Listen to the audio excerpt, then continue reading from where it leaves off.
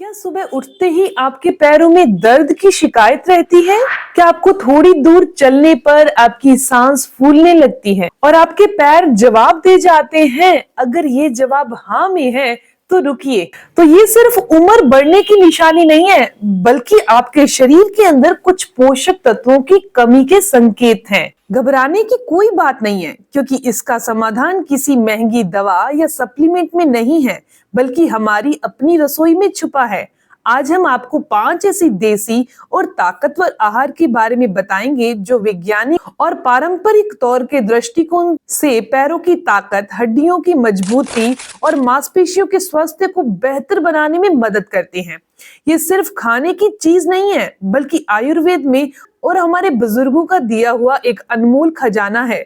हम आपको सिर्फ इन 5 चीजों के नाम ही नहीं बताएंगे, बल्कि ये भी बताएंगे कि इन्हें खाने का सही तरीका क्या है, इनके पीछे का विज्ञान क्या है, और सबसे जरूरी बात, इन्हें खाते समय किन सावधानियों का ध्यान रखना है। तो चलिए बिना देरी किए शुरू करते हैं। दोस्तों, मैं हूँ दिव्या धवन, एक सर्टिफाइड न्यूट्रिशनिस्ट, एक डाइट प्लानर और आपकी हेल्थ कोच। पैरों को फौलाद बनाने का ये सफर, और जानते हैं कि कौन से 5 शक्तिशाली देसी आहार।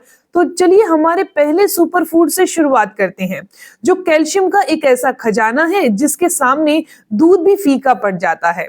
वो है तिल, जो कि कैल्शियम का पावर हाउस है। दोस्तों, जब भी हड्डियों की मजबूती की बात आती है तो सबसे पहले दूध का नाम आता है।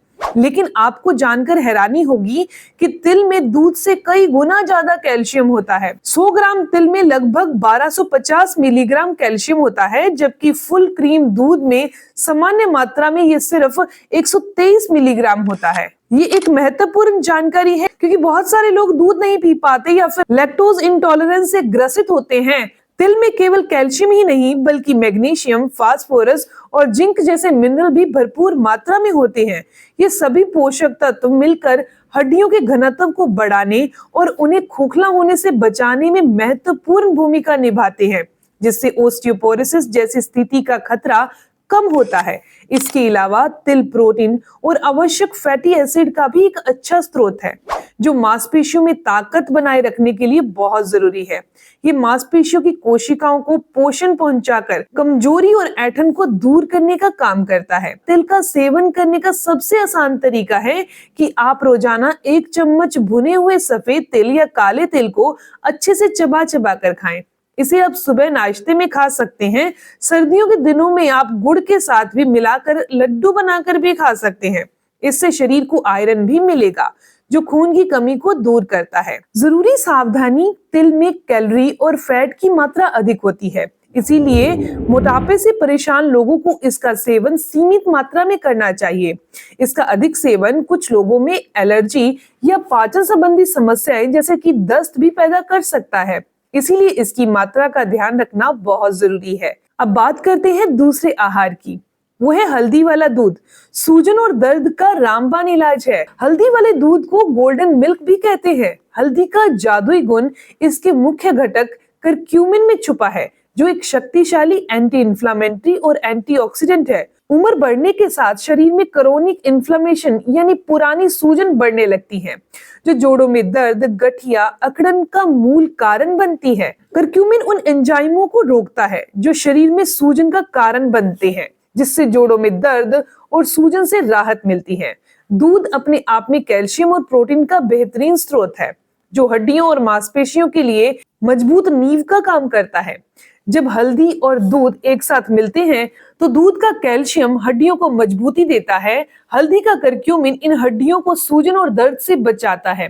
इस्तेमाल का सही तरीका, रात को सोने से पहले 1 गिलास गुनगुने दूध में आधा चम्मच हल्दी पाउडर मिलाएं। इस मिश्रण को और भी प्रभावी बनाने के लिए इसमें 1 चुटकी काली मिर्च मिला दीजिए, क्योंकि काली मिर्च में मौजूद पेपरिन नाम का तत्व करक्यूमिन के अवशोषण को कई गुना बढ़ा देता है।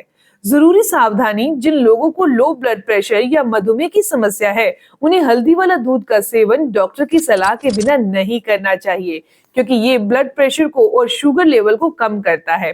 इसके अलावा पित्ताशय की समस्या वाले लोगों को भी इससे बचना चाहिए, क्योंकि हल्दी पित्त के उत्पाद को बढ़ाती है। जिससे इसकी परेशानी बढ़ सकती है। अब बात करते तीसरे आहार की, और वो है अंकुरित चने। ये एक ऐसा देसी आहार है जिसके बारे में कहा जाता है कि इसे खाने से घोड़े जैसी ताकत मिलती है। अंकुरित चने प्रोटीन और आयरन का बेहतरीन स्रोत है, जो बुजुर्गों में अक्सर होने वाली शारीरिक कमजोरी, खून की कमी को दूर करने में मदद करता है। प्रोटीन मांसपेशियों के निर्माण और उनकी मरम्मत के लिए आवश्यक है। इससे शारीरिक कमजोरी और थकान दूर होती है। इसमें मौजूद आयरन शरीर में हीमोग्लोबिन बढ़ाता है। इससे पूरे शरीर और पैरों में रक्त का संचार बेहतर होता है। जब पैरों में रक्त का प्रवाह अच्छा रहता है तो झंझनाहट होना, कमजोरी की समस्या कम हो जाती है। इसके अलावा अंकुरित चने में भरपूर मात्रा में फाइबर होता है, जो पाचन तंत्र को दुरुस्त रखने का काम करता है, जो बुजुर्गों के लिए एक आम समस्या होती है। इस्तेमाल का सही तरीका है, अंकुरित चने बनाने के लिए रात भर चने को पानी में भिगो कर रख दें। सुबह पानी से निकाल कर उन्हें एक गीले कपड़े में लटका कर जब वे अंकुरित हो जाएं 8 से 10 घंटे में, तो आप इन्हें नींबू, प्याज और खीरा डालकर मिलाकर एक सैलेड की तरह तैयार करें। कुछ जरूरी सावधानी है, वो भी आप जरूर जान लें। यहाँ एक बहुत ही महत्वपूर्ण बात देखने को आती है कि अक्सर लोग कच्चे स्प्राउट को ही सबसे पौष्टिक मानते हैं, लेकिन बुजुर्गों और कमजोर पाचन वाले लोगों के लिए कच्चे स्प्राउट खाना जोखिम वाला होता है, क्योंकि कच्चे स्प्राउट के अंदर साल्मोनेला जैसे हानिकारक बैक्टीरिया होते हैं, जो पेट में दर्द, उल्टी या फूड पॉइजनिंग का कारण बन जाते हैं। इसीलिए बुजुर्गों को हमेशा इन्हें हल्का उबाल कर या भाप में पका कर ही खाना चाहिए। ये सुरक्षित और आसान रहे और अच्छे से पच जाएं। बात करते हैं चौथे आहार की, लेकिन अगर आपको यहाँ तक जानकारी आपके लिए फायदेमंद लग रही है तो आप इस वीडियो को लाइक जरूर करिएगा और अपने दोस्तों के साथ जरूर शेयर करिएगा। चौथा आहार है बादाम। हड्डियों और दिमाग का सुपर फूड है। ये सिर्फ दिमाग के लिए ही नहीं बल्कि पैरों की ताकत के लिए भी अत्यधिक महत्वपूर्ण है। बादाम के अंदर कैल्शियम, प्रोटीन, मैग्नीशियम और हेल्दी फैट होती है। इसमें मौजूद कैल्शियम और मैग्नीशियम हड्डियों को मजबूत बनाते हैं, मांसपेशियों के सही संकुचन में मदद करते हैं, जिससे पैरों में ऐंठन की समस्या कम होती है। प्रोटीन और हेल्दी फैट शरीर को लंबे समय तक ऊर्जा देते हैं, जिससे दिन भर थकान, कमजोरी महसूस नहीं होती। इस्तेमाल का सही तरीका है, रोजाना सुबह 5 से 6 बादाम आपको रात को भिगे हुए रखने हैं और सुबह इनको छील कर खाना है।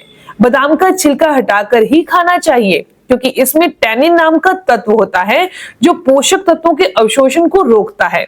इसीलिए छिलका उतार कर ही खाएं। और बुजुर्ग इसे अच्छे से चबा नहीं पाते तो इसे दूध के अंदर एक शेक की तरह, एक पेस्ट की तरह बनाकर भी ले सकते हैं, या फिर आप इन्हें दूध में उबाल कर पका कर भी खा सकते हैं, ताकि इसके पोषक तत्व आपको मिल सके। ये एक बेहतरीन टॉनिक की तरह शरीर में काम करता है। कुछ जरूरी सावधानी जो बादाम के लिए भी है वो भी जान लीजिए। बादाम में कैलोरी अधिक होती है, इसीलिए अधिक मात्रा में खाने से वजन बढ़ सकता है।